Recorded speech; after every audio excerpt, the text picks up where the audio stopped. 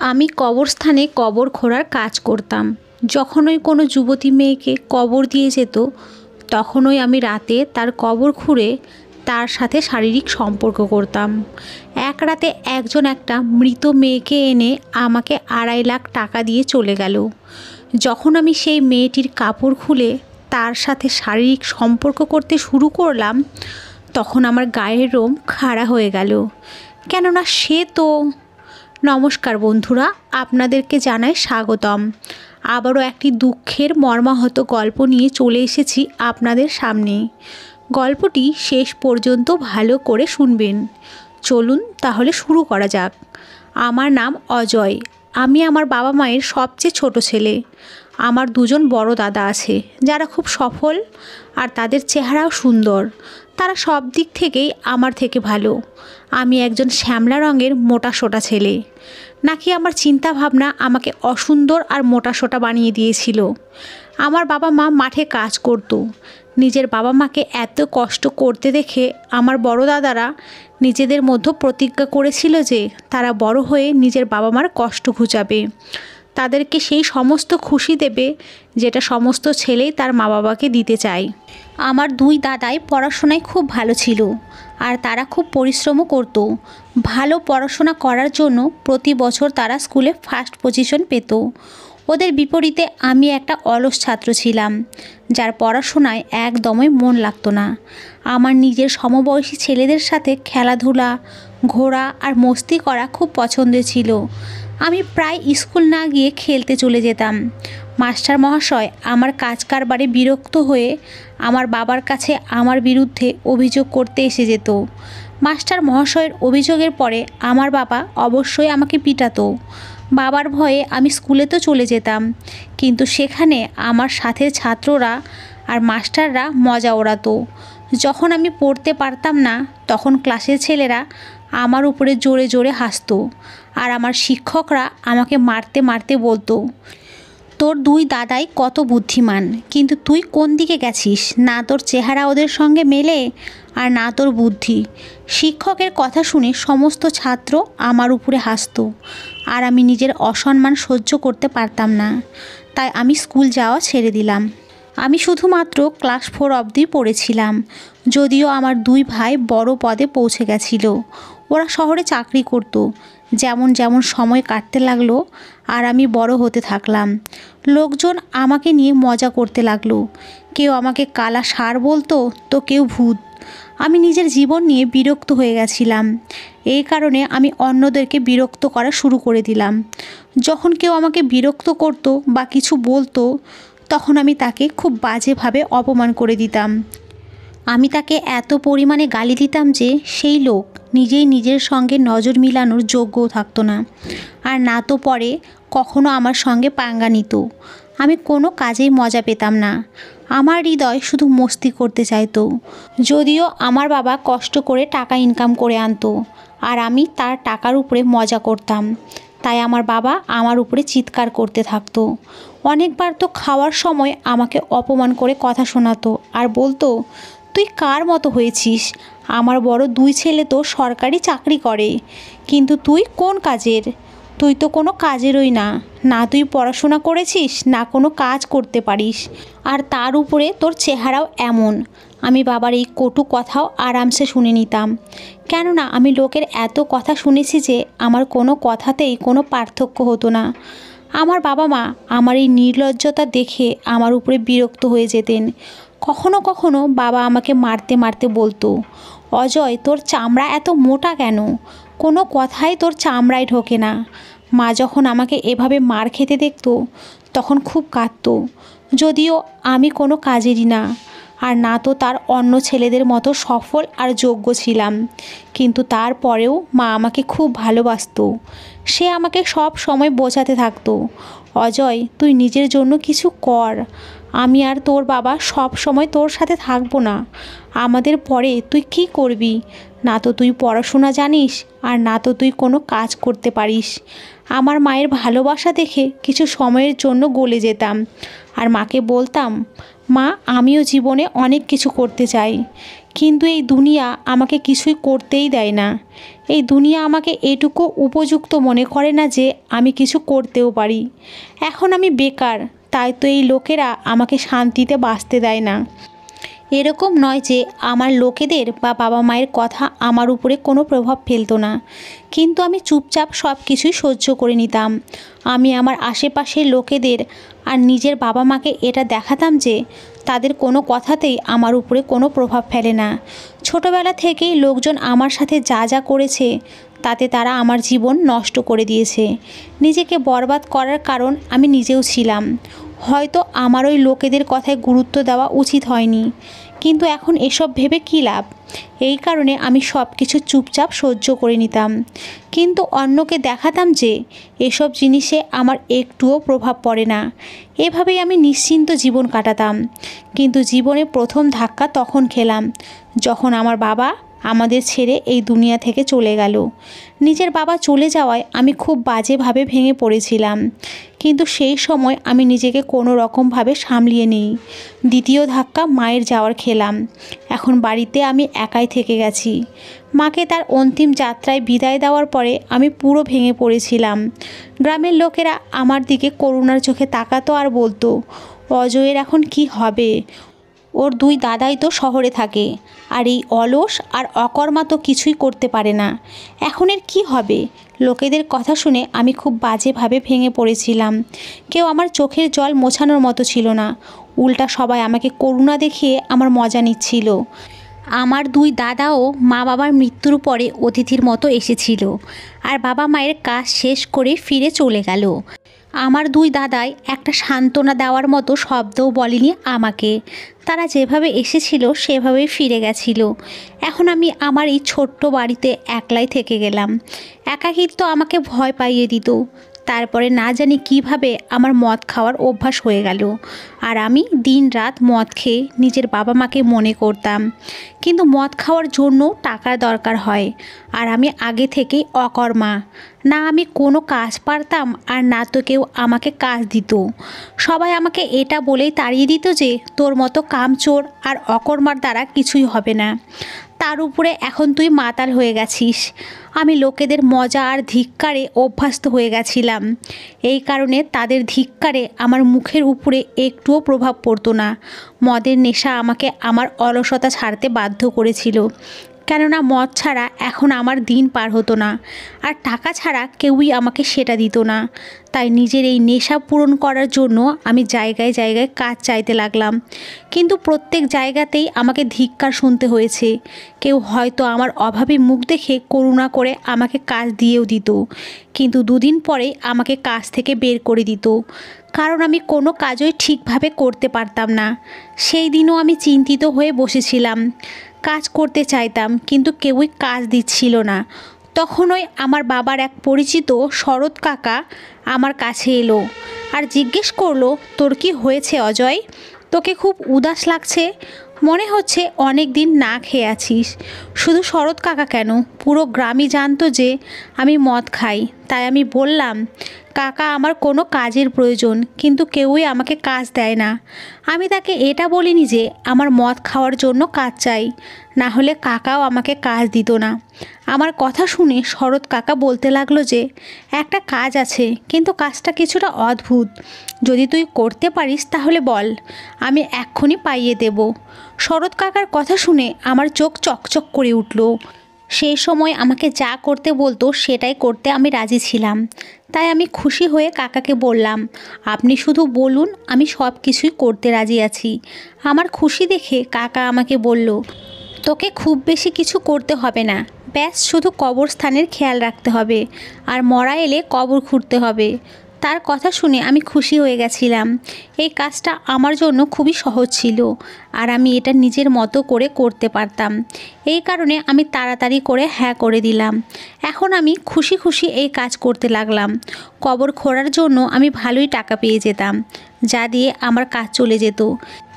জীবন এভাবেই আরামে কাটাচ্ছিলাম, কিন্তু না জানি কেন আমার এরকম মনে হতে শুরু করেছিল যে আমার জীবনে কোনো জিনিসের অভাব রয়ে গেছে। আর এই অভাবটা কি? সেটা আমি খুব তাড়াতাড়ি বুঝে গেলাম। আমার হৃদয় চাইতো যে আমি কাউকে বিয়ে করে নেই। আমাকে ভালোবাসার মতো কোনো মেয়ে থাকুক, যে আমাকে সত্যিকারের ভালোবাসবে আর আমার শারীরিক খিদাও মেটাবে। আমি আমার পরিচিতদের সঙ্গে বিয়ের কথা বললাম। তখন আবার একবার লোকজন আমার মজা উড়াতে লাগলো। শরৎ কাকা আমার মজা উড়াতে উড়াতে আমাকে বলল, তোর মতো মাতালকে কে নিজের মেয়ে দেবে? একে তো তুই কোনো ঢঙের কাজ করিস না, তার উপরে তুই মাতাল। অজয়, আমার মনে হয় না যে কেউ তোকে নিজের মেয়ের বিয়ে দেবে। শরৎ কাকার কথা শুনে আমি উদাস হয়ে গেছিলাম, কিন্তু একদিক থেকে তার কথা ঠিকই ছিল। আমার মতো নিষ্কর্মা আর মাতালকে কে নিজের মেয়ে দেবে? এখন আমার নিজেরও বিয়ে হওয়া অসম্ভব মনে হতে লাগলো, কিন্তু আমার মনের খিদে দিনের পর দিন বেড়েই যাচ্ছিল। একদিন আমি একটা কবর খুঁড়ে এক সাইডে দাঁড়িয়েছিলাম। তখনই দেখলাম কিছু লোক একটা মেয়েকে কবর দেওয়ার জন্য কবরের ভেতরে নামাচ্ছে। সেই মেয়েটাকে দেখে না জানি আমার কি হয়েছিল। আমি সেই লোকেদের যাওয়ার পরে রাতের অন্ধকারে সেই কবর আবারও খুঁড়তে লাগলাম। এরপরে আমি সেই মৃত মেয়ের সাথে নিজের শারীরিক তৃষ্ণা মিটালাম। এখন প্রায়ই এরকম হতে শুরু করেছিল। যখনই কোনো যুবতী মেয়ের কবর দিয়ে যেত, তখনই মাঝরাতে আমি আবারও সেই কবর খুঁড়তাম আর সেই মৃত শরীরকে বাইরে বের করে তার সাথে শারীরিক সম্বন্ধ বানাতাম। এইভাবেই আমার জীবন কাটছিল। কেউ কেউ বলতো যে অজয় পাগল হয়ে গেছে, যে দিনরাত কবরস্থানেই পড়ে থাকে। কেউ বলতো এর উপরে প্রেতাত্মা ভর করেছে। কিন্তু আমি লোকেদের কথাকে পাত্তা দিতাম না আর নিজের কাজ নিয়েই থাকতাম। এখন আমার নিজের জীবন নিয়ে খুব মজা আসতে শুরু করেছিল। সেই সন্ধ্যায়ও আমি কবরস্থানেই বসেছিলাম। কিছুদিন থেকে কবর খোঁড়ার কাজও পাচ্ছিলাম না। এই কারণে আমার কাছে মদ খাওয়ার টাকা ছিল না। কবরস্থানের চতুর্দিকে নিস্তব্ধতা। আমি সেখানকার শান্ত আবহাওয়ায় হারিয়ে গিয়েছিলাম। তাই তো বুঝতেই পারিনি যে কখন সন্ধ্যা থেকে রাত হয়ে গেছিল। রাতের অন্ধকারে জানোয়ারের আওয়াজ শুনে আমি সময়ের অনুভব করতে পারলাম। তাই আমি সেখান থেকে উঠে নিজের বাড়ির দিকে যেতে শুরু করেছিলাম। সবে মাত্রই আমি কয়েক পা এগিয়েছিলাম, তখনই একটা গাড়িকে স্পিডে আসতে দেখলাম। রাতের এই সময় গাড়িকে আসতে দেখে আমি বুঝে গেলাম যে কোনো ইমার্জেন্সি আছে, তাই সেখানেই দাঁড়িয়ে রইলাম। গাড়ি হঠাৎ করেই আমার পায়ের কাছে এসে থামলো। এরপরে সেই গাড়ি থেকে একটা লোক নেমে এলো, যাকে দেখে শিক্ষিত লোক বলেই মনে হচ্ছিল। এরপরে সেই লোকটা বলল যে আমাকে বিদেশে যেতে হবে। এখানে কি কোনো কবর খোঁড়ার লোক পাওয়া যাবে? আমি সেই লোকটার কথা শুনে খুশি হয়ে বললাম, দাদা, আপনি সঠিক লোকের কাছে এসেছেন। আমি নিজেই কবর খুঁড়ি। আমার কথা শুনে সেই লোকটা খুশি হয়ে আমাকে বলতে লাগলো যে তুমি এই লাশটাকে বাইরে বের করো। আমি সেই লোকটার কথা মেনে গাড়ির পিছনের সিটের উপরে সাদা কাপড়ে ঢাকা যে লাশ ছিল সেটাকে বাইরে বের করলাম। সেই লোকটার মুখ দেখেই তাকে ঘাবড়িয়ে আছে মনে হচ্ছিল। তাকে দেখেই মনে হচ্ছিল যেন সে কাউকে মেরে এসেছে আর এখন নিজের অপরাধ লুকাতে চাইছে। আমি তার ঘাবড়ানো মুখের দিকে তাকিয়ে জিজ্ঞেস করলাম, দাদা, আপনি একা কেন? আপনার কি কোনো আত্মীয় স্বজন নেই? আমার কথা শুনে সে কিছু সময়ের জন্য ভ্যাবাচ্যাকা খেয়ে গেল। তারপরে বলতে লাগলো, আমি পাশের গ্রামের ডাক্তার।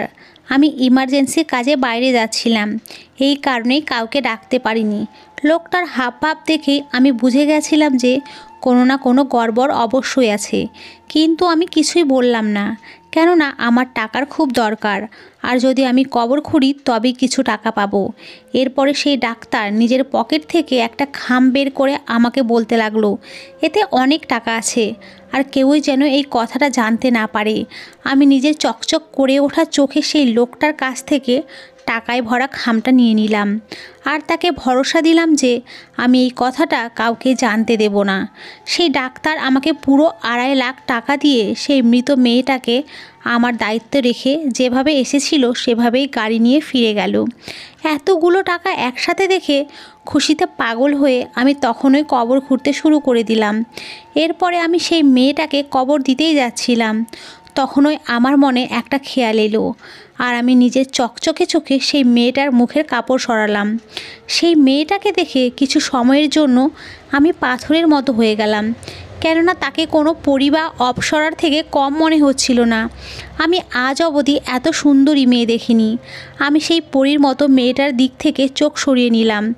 তারপরে ওর শরীরের উপরে থাকা কাপড় সরিয়ে তার সাথে শারীরিক সম্বন্ধ করতে থাকলাম। সবেমাত্র আমার 5 মিনিট হয়েছিল, তখনই আমি একটা অদ্ভুত শব্দ শুনতে পেলাম, যাতে আমার গায়ের লোম খাড়া হয়ে গেল। আমি খুব ভয় পেয়ে গেছিলাম, কেননা যে মেয়েটাকে মৃত মনে করে তার সাথে শারীরিক সম্বন্ধ করছিলাম সে জীবিত ছিল। সে খুব বাজেভাবে গোঙাচ্ছিল, যেন তার খুব কষ্ট হচ্ছে। সেই মেয়েটাকে জীবিত দেখে আমার পায়ের নিচ থেকে মাটি বেরিয়ে গেল। সেই মেয়েটার নিঃশ্বাস ধীরে ধীরে চলছিল। আমি খুব বাজেভাবে ঘাবড়ে গিয়েছিলাম। এর আগে আমি সেখান থেকে পালিয়ে যেতাম, সেই মেয়েটা উঠে বসলো আর আমাকে বলতে লাগলো, প্লিজ এখান থেকে এইভাবে পালিয়ে যেও না। এই অপসরার জ্ঞান ফিরে এসেছিল, আর তার কথা বলার ঢঙেই বোঝা যাচ্ছিল যে সে কোনো শিক্ষিত মেয়ে। আমি সেই সুন্দরী মেয়ের শরীর থেকে নজর হটিয়ে বললাম, আমি তোমার কোনো সাহায্য করতে পারবো না। এরপরে মেয়েটি আমার সামনে হাত জোড় করে অনুনয় বিনয় করছিল, আর বারবার আমাকে এটাই বলছিল যে আমার খুব ভয় করছে, প্লিজ আমাকে সাহায্য করুন। মেয়েটার প্রতি আমার দয়া এসে গেল, আমার পাথর হৃদয় গলে গেল। তারপরেও আমি কিছুটা রাগী স্বরে জিজ্ঞেস করলাম, আমি কিভাবে তোমার সাহায্য করতে পারি? সে কান্না করতে করতে আমাকে বলতে লাগলো, তুমি আমাকে তোমার সাথে তোমার বাড়িতে নিয়ে চলো। যদি আমি এখানে থাকি তাহলে ভয়ের চোটেই মরে যাব, আর যদি এখান থেকে বাইরে বেরোই তাহলে সেই জল্লাদ আমাকে মেরে ফেলবে। তাই তুমি আমাকে তোমার সাথে নিয়ে চলো। তার কথা শুনে আমি তার গায়ে আমার চাদর দিয়ে দিলাম আর তাকে নিজের সাথে বাড়িতে নিয়ে এলাম। কপাল ভালো যে এটা মাঝরাত, না হলে তো গ্রামের সবাই জানতে পেরে যেত যে আমি একটা মেয়েকে আমার বাড়িতে নিয়ে এসেছি, আর তাহলে গ্রামের লোকেরা আমাকে মারতে মারতে গ্রাম থেকে বাইরে বের করে দিত, আর যেটুকু সম্মান বেঁচে ছিল তাও শেষ হয়ে যেত। সারা রাত আমি মদ খেতে থাকলাম, আর সেই মেয়েটা আমার বাড়িতে আমার অনুপস্থিতিতে না জানি কী করছিল। পরের দিন দুপুরবেলা যখন আমার নেশা কাটলো তখন আমি বাড়িতে চলে এলাম। কালকে রাতে কি হয়েছিল আমার কিছুই মনে ছিল না। হয়তো নেশার কারণে আমি সব কিছুই ভুলে গেছিলাম। সবে গিয়ে আমি আমার বিছানাতে ঘুমিয়েছিলাম, তখনই আমি কারো কান্না করার আওয়াজ শুনতে পেলাম। আমি যখন সেই আওয়াজের দিকে গেলাম তখন দেখলাম সেই মেয়েটা কোণে বসে কান্না করছে। তাকে কান্না করতে দেখে আমার মুড খারাপ হয়ে গেল। তাই আমি কঠিন স্বরে তাকে জিজ্ঞেস করলাম, কি হয়েছে, কান্না করছো কেন? আমার স্বর শুনে মেয়েটা ভয় পেয়ে গেল আর আমাকে বলল, আমার খুব খিদে পেয়েছে, আমি 2 দিন থেকে কিছুই খাইনি। তার কথা শুনে আমি টেনশনে পড়ে গেলাম। আমার নিজের উপরে খুব রাগ হচ্ছিল যে এ কোন বিপদ আমি বাড়িতে নিয়ে এসেছি। বিরক্তি নিয়ে বিছানা থেকে উঠে বাড়ি থেকে বেরিয়ে এলাম।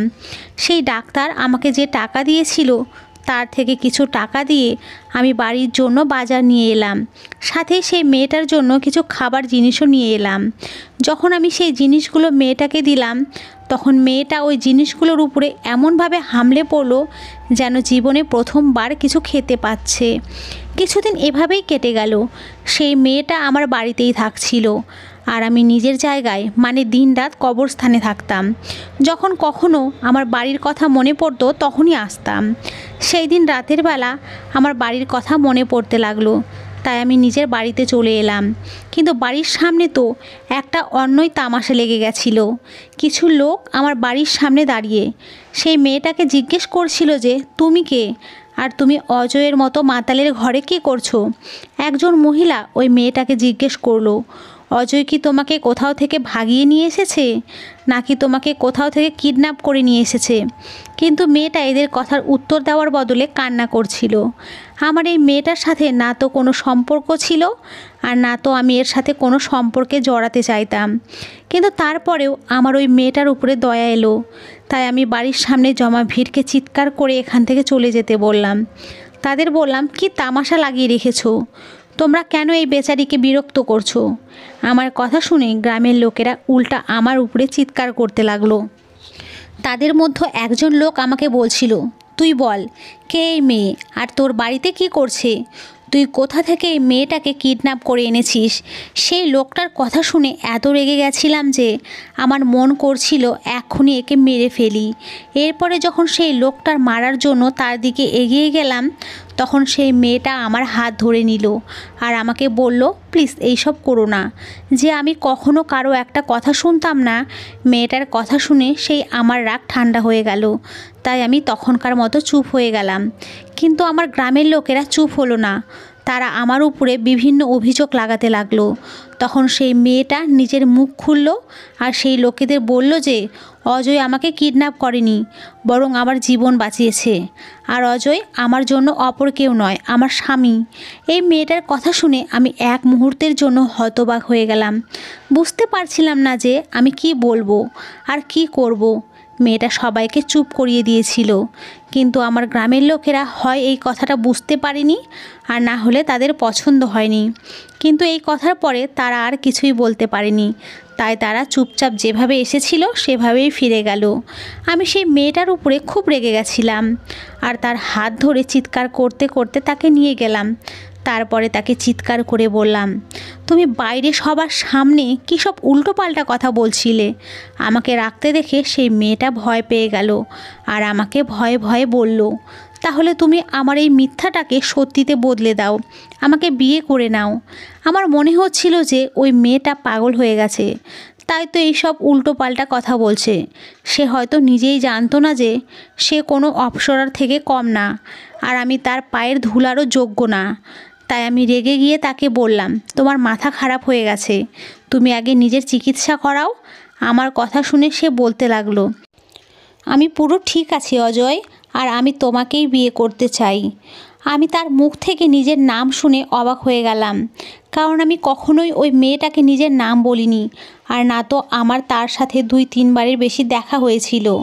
আমি সেই মেয়েটাকে ভয় পাওয়ানোর জন্য বললাম যে, তুমি জানো আমি খুবই খারাপ একজন মানুষ, আমার চেহারার মতোই আমার চরিত্রও খুব খারাপ, আর আমি তোমার মতো পড়াশোনাও জানি না, আর না তো আমি কোনো কাজের।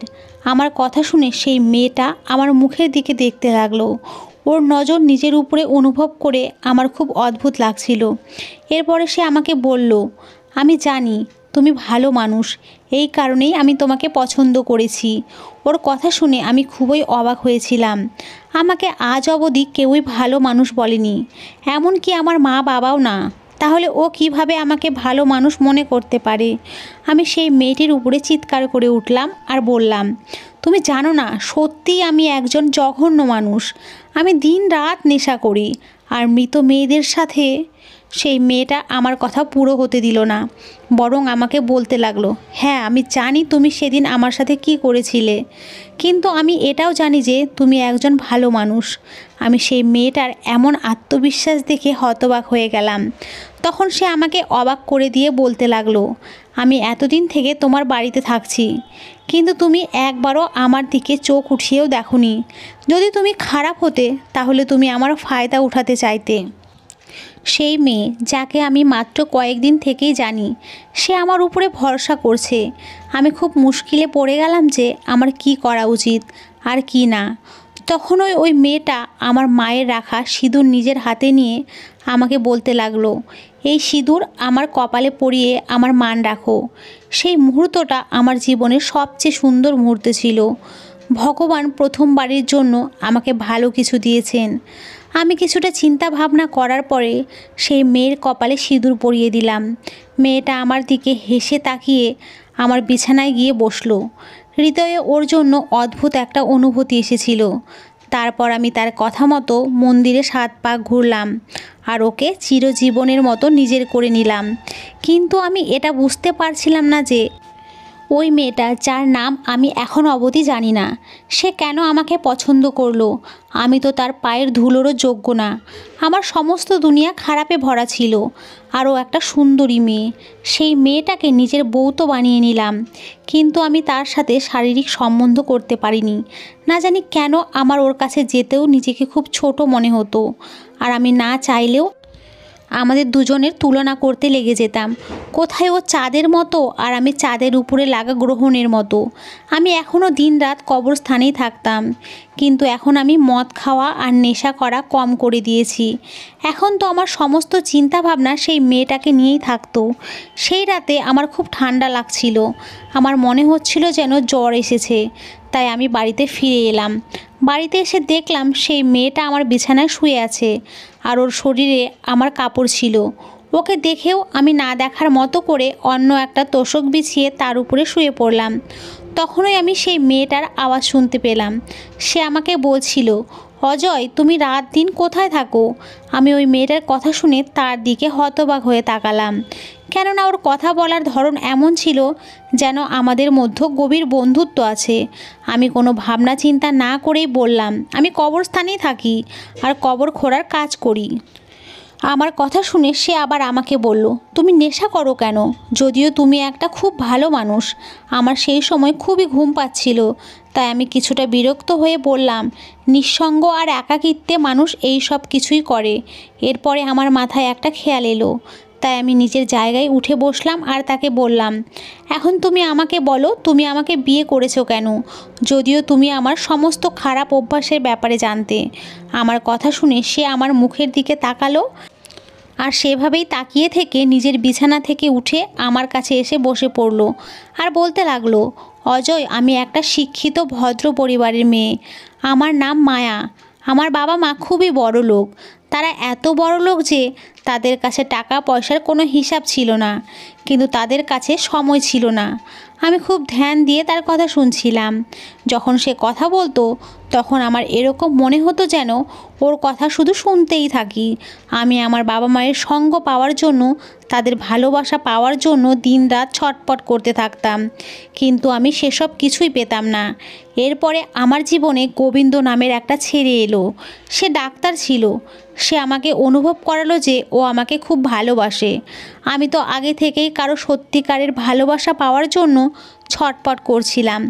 যখন গোবিন্দ আমাকে নিজের ভালোবাসার কথা বলল তখন আমি না করতে পারলাম না। আমি আমার বাবা মাকে আমার আর গোবিন্দর ভালোবাসার ব্যাপারে বলে দিলাম। আমার বাবা মা আমার পছন্দের উপরে কোনো আপত্তি করেনি।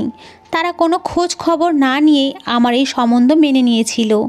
আমিও গোবিন্দের জন্য পাগল হয়ে গেছিলাম, কেননা গোবিন্দর ভালোবাসা আমার উপরে একটা আলাদাই জাদু করেছিল। কিন্তু আমার খুশি বেশি দিন থাকলো না, কিংবা বলতে পারো আমার কপাল ভালো যে আমি গোবিন্দের মতো জল্লাদের হাত থেকে বেঁচে গেছি। সেই দিন আমি গোবিন্দের সঙ্গে দেখা করতে ওর হাসপাতালেই এসেছিলাম, কিন্তু ও কোনো সার্জারিতে ব্যস্ত ছিল। আমি অনেকক্ষণ ধরে ওর অপেক্ষা করতে থাকলাম, কিন্তু সার্জারি শেষ হওয়ার নামই নিচ্ছিল না। আমি গোবিন্দর অপেক্ষা করতে করতে বিরক্ত হয়ে গেছিলাম, তাই অপারেশন থিয়েটারের দিকে চলে গেলাম। কিন্তু সেখানে গিয়ে আমি যা জানতে পারলাম যে গোবিন্দ ডাক্তার নয়, বরং একটা জল্লাদ। ও মানুষ মেরে তাদের কিডনি বিক্রি করে, আর এই কাজে ওর পুরো পরিবার যুক্ত। যখন আমি গোবিন্দর সত্যিটা জানতে পারলাম তখন আমি খুব ভেঙে পড়লাম। কিন্তু যখন ও অপারেশন থিয়েটার থেকে বাইরে এলো তখন আমি কান্না করতে করতে তাকে বললাম, গোবিন্দ আমি তোমাকে ভালো মানুষ ভাবতাম, কিন্তু তুমি তো একটা জল্লাদ। আমার কথা শুনে ও কিছুক্ষণের জন্য হতবাক হয়ে গেল। তারপরে আমার হাত ধরে নিজের সাথে আমাকে ওর কেবিনে নিয়ে গেল আর আমাকে মিথ্যা সান্ত্বনা দিতে লাগলো। আমাকে ভুল বোঝাতে চাইলো, কিন্তু আমি জানতাম যে এই সব কিছুই মিথ্যা। তাই আমি তাকে বললাম যে আমি আর তোমার এই সব কথাতে আসবো না। আমি তোমার আর তোমার পুরো পরিবারের সত্যিটা সমস্ত দুনিয়ার সামনে নিয়ে আসবো। আমার কথা শুনে গোবিন্দ আমাকে খুব মারলো আর আমার সাথে খুব বাজে ব্যবহার করলো, কিন্তু আমিও হার মানলাম না। আমাকে হার মানতে না দেখে গোবিন্দ আমার মাথার উপরে কোনো ভারী জিনিস দিয়ে বাড়ি মারলো আর আমি সেখানেই অজ্ঞান হয়ে পড়ে গেলাম। সেই সময় আমার হুঁশ ছিল না, আমার শ্বাস খুব ধীরে চলছিল। তাই হয়তো ওর মনে হয়েছিল যে আমি মরতে বসেছি, আর ও নিজের উপর থেকে অভিযোগ হটানোর জন্য আমাকে জীবিত অবস্থায় কবর দিতে চাইতো। গোবিন্দ আমার সাথে যা করেছে তাতে ভালোবাসার উপর থেকে আমার ভরসা উঠে গেছিল। তারপর আমি তোমাকে দেখলাম। সেই রাতে যা কিছু তুমি আমার সাথে করেছিলে সেটা খুব জঘন্য কাজ ছিল, কিন্তু তোমার সাথে থেকে আমি জানতে পারলাম যে সমস্ত মানুষ একরকম হয় না। কেউ নিজের অবস্থা বদলানোর জন্য খারাপ হয়, আবার কেউ অবস্থার চাপে পড়ে খারাপ হয়ে যায়। আমি তোমাকে আমার হৃদয় থেকে গ্রহণ করে নিয়েছি অজয়, আর আমি তোমার সাথে আমার সম্পূর্ণ জীবন কাটাতে চাই। আমি মায়ের কথা শুনে অনেকক্ষণ অবধি চুপ করে থাকলাম। তারপরে আমার মনে একটা প্রশ্নের উদয় হলো, যেটা আমি ওকে বলে দিলাম। আমি ওকে বললাম, আমি তোমার সমস্ত কথার উপরে বিশ্বাস করতে চাই, কিন্তু যখন তোমার বাবা মা জানতে পারবে যে তুমি জীবিত আছো আর আমার সাথে থাকছো, তখন তুমি কি করবে? আমার কথা শুনে মায়া হাসলো। ওর হাসিতে গভীর দুঃখ লুকানো ছিল। তারপরে ও বলল, আমার বাবা মায়ের কাছে এত সময় নেই। যদি থাকতো তাহলে হয়তো তারা এতক্ষণে আমাকে খুঁজে নিত। আর যদি পরে তারা আমাকে খুঁজেও নেয়, তাহলেও আমি তোমার সাথেই থাকবো। জানি না কেন আমি এই রকম জীবনে খুব শান্তি পাচ্ছি। আমি সেই অপ্সরার মতো মেয়ের কথা শুনে যতটা অবাক হয়েছিলাম, সেটা কম ছিল না। কেননা ও সবার থেকে আলাদা ছিল, তাই হয়তো তার আর আমার স্বাদ পছন্দ হয়েছিল। আমি ওর দিকে তাকিয়েই ছিলাম। তখন ও আমাকে বলল, এরকমভাবে কি দেখছো? আমি তাকে বললাম, আমি দেখছি যে এই দুনিয়াতে তোমার মতো কিছু পাগল লোক থাকে, যারা নিজেদের সব কিছু ছেড়ে এমন একটা জীবন বেছে নেয় যেটা হয়তো তারা স্বপ্নেও কখনো ভাবেনি। আমার কথা শুনে মায়া হাসলো আর বলল, অজয়, তুমি একজন ভালো মানুষ। নেশা করা, কবর খোঁড়া ছেড়ে দাও। আমি তোমাকে একটা ভালো মানুষ হতে দেখতে চাই, আর আমার বিশ্বাস যে তুমি একটা ভালো মানুষ হয়ে দেখাবে। মায়া আমার উপরে বিশ্বাস দেখাচ্ছিল। আমি কিভাবে এই মেয়েটার বিশ্বাস ভাঙতে পারি? তাই আমি ওর কাছে নয়, নিজের কাছে প্রতিজ্ঞা করলাম যে আমি একটা ভালো মানুষ হয়ে দেখাবো। আমি মায়ার নরম হাত ধরে ওকে নিজের দিকে টেনে নিলাম, কেননা আমি জানতাম এই মেয়েটা আমার দুঃখী জীবন সুখে বদলানোর জন্যই আমার জীবনে এসেছে। পরের দিন সকালে আমি বউয়ের জন্য ভালো কাপড় নিয়ে এলাম, আর সাথেই বাড়ির দরকারি জিনিসপত্র। সেই সময় আমার কাছে টাকার অভাব ছিল না, কেননা সেই ডাক্তার যত টাকা আমাকে দিয়েছিল সেটা আমার জীবন নতুন শুরু করার জন্য অনেক ছিল। আমি সমস্ত খারাপ কাজ ছেড়ে দিলাম। এখন আমি মদে হাত অবধি লাগাই না, আর না তো কোনো খারাপ কাজ করি। আমি নিজের চেহারাও ঠিক করে নিয়েছি, যেটা আমাকে বউয়ের সামনে আমাকে বেশি লজ্জিত করত। মায়ের কথায় আমি একটা মুদিখানার দোকান খুললাম, আর সাথে সাথেই আমি মায়ের থেকে ভালোভাবে কথাবার্তা বলার ট্রেনিং নিচ্ছিলাম। আমি খুব বেশি পড়াশোনা জানতাম না, কিন্তু যেটুকু জানতাম সেটা জীবন কাটানোর মতো ছিল। মায়া এসে শুধু আমাকেই নয়, আমার জীবনকেও বদলে দিয়েছিল। এখন মায়া আর আমার দুটো বাচ্চা আছে। মায়া ওদের মা হিসেবে খুব ভালো প্রমাণ হয়েছিল, আর সে বাচ্চাদের বাবা মানে আমাকেও একজন ভালো মানুষ বানিয়ে দিয়েছিল। এখন আমি জীবনের সঠিক শিক্ষা পেয়েছি যে এই দুনিয়া আর এই দুনিয়াতে যারা থাকে তারা সব সময় আমাদেরকে খারাপ রাস্তা দেখায়, আর আমাদের মজা করে, আমাদেরকে নিচু দেখাতে চায়। কিন্তু এই সময় আমাদের নিজের লোকেদের আমাদের সাথে দাঁড়ানো উচিত। কিন্তু আমাকে আমার নিজের লোকেরাই সব সময় নিচু মনে করতো আর নিচু দেখতো। কিন্তু মায়া আমাকে শিখিয়েছে জীবন কী আর কিভাবে বাঁচতে হয়। এখন এটা আমি খুব ভালোভাবেই বুঝতে পেরেছি যে একজন মেয়ে অনেক কিছু করতে পারে। সে চাইলে পাথরকে হীরা করতে পারে, আর ভালোবাসা দিয়ে সঠিক রাস্তাও দেখাতে পারে, যেরকমটা মায়া আমাকে দেখিয়েছিল। বন্ধুরা, আজকের গল্পটি এই পর্যন্তই। তো সকলে খুব ভালো থাকবেন, সুস্থ থাকবেন এবং সব সময় হাসি খুশি থাকবেন। ধন্যবাদ সবাইকে। নমস্কার।